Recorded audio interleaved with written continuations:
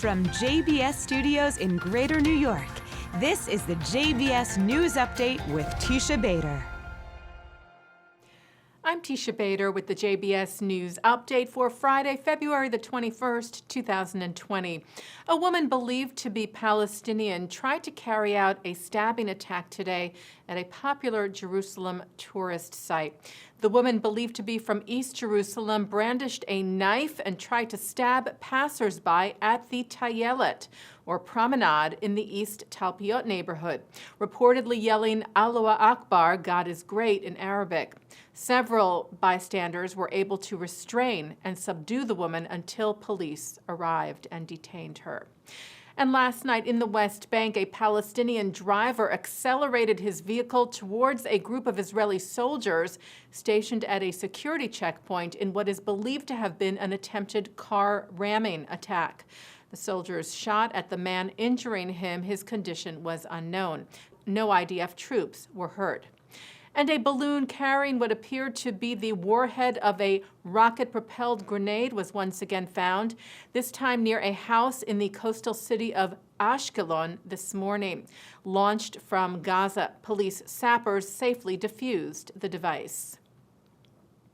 Israel has reported its first official case of coronavirus. The person is one of 11 Israeli travelers who arrived in Israel early this morning after being quarantined for the last 2 weeks on a cruise ship off the coast of Japan. Israel's health ministry said the patient is in quarantine and under supervision, adding that this is not an infection that occurred in Israel. The other Israelis from the ship are also in quarantine for the next 14 days for observation. 4 other Israelis who tested positive for the virus while aboard the ship remain in Japan for treatment. They are said to be in good condition. Well, the city of Aalst in Belgium is readying for their annual parade this Sunday. And despite condemnations over their anti-Semitic floats last year, they are planning on keeping those floats in the parade and, in fact, doubling down. Jerusalem Post reports that the organizers of the parade reportedly have sold hundreds of so-called rabbi kits for people attending the parade to dress up as Hasidic Jews, resembling the offensive figures and portrayals of Hasidic Jews from prior floats. The kit includes oversized noses and peyot, or sidelocks. The floats last year, if you recall, also included the figures standing over bags of money and a rat on one of their shoulders. Israel's Foreign Minister Yisrael Katz said Belgium, as a Western democracy, should be ashamed to allow such a vitriolic anti-Semitic display, calling for the hateful parade to be banned. Israel's ambassador to Belgium, Emmanuel Nachshon, told the Jerusalem Post Aalst is the only city in Europe where such a carnival is allowed, and that if the parade goes as planned, it will be a moral blot on Belgium. A park near Cleveland, Ohio, was vandalized with swastikas and anti-Jewish as well as racist statements. The Cleveland Jewish News reports that the graffiti on Veterans Memorial Park in Parma included the words, "I love Hitler" and "Jewish Nazi Anne Frank." Regional Director of the ADL in Cleveland, James Pash, said the images and epithets were indicative of the rise of anti-Semitic and racist graffiti and vandalism that we've seen across the region, stressing there's no place for this hate in our parks, at our universities, or any space. A public square in Rio de Janeiro, Brazil, was named for the late Lubavitch Rebbe.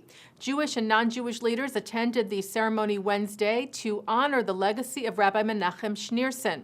Rio's First Lady, Sylvia Jane Crivella, said on behalf of her husband, the mayor, Marcelo Crivella, "Every righteous person must be remembered for his deeds." She said the square eternalizes the memory of a man that left precious teachings for all humankind.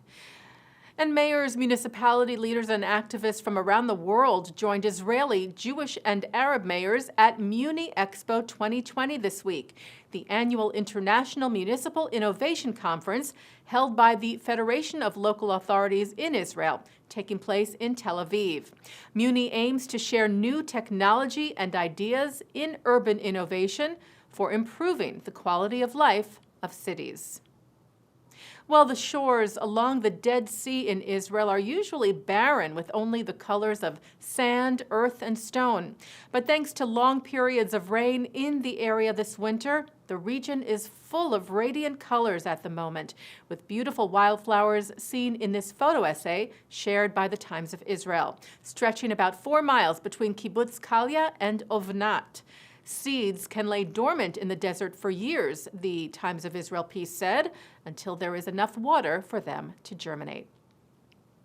Taking a look now at our programming for tonight on JBS for Friday, February the 21st. Live Shabbat services are coming up at 6 o'clock from New York City's Central Synagogue, followed by a concert by the Yamin Ord Youth Choir.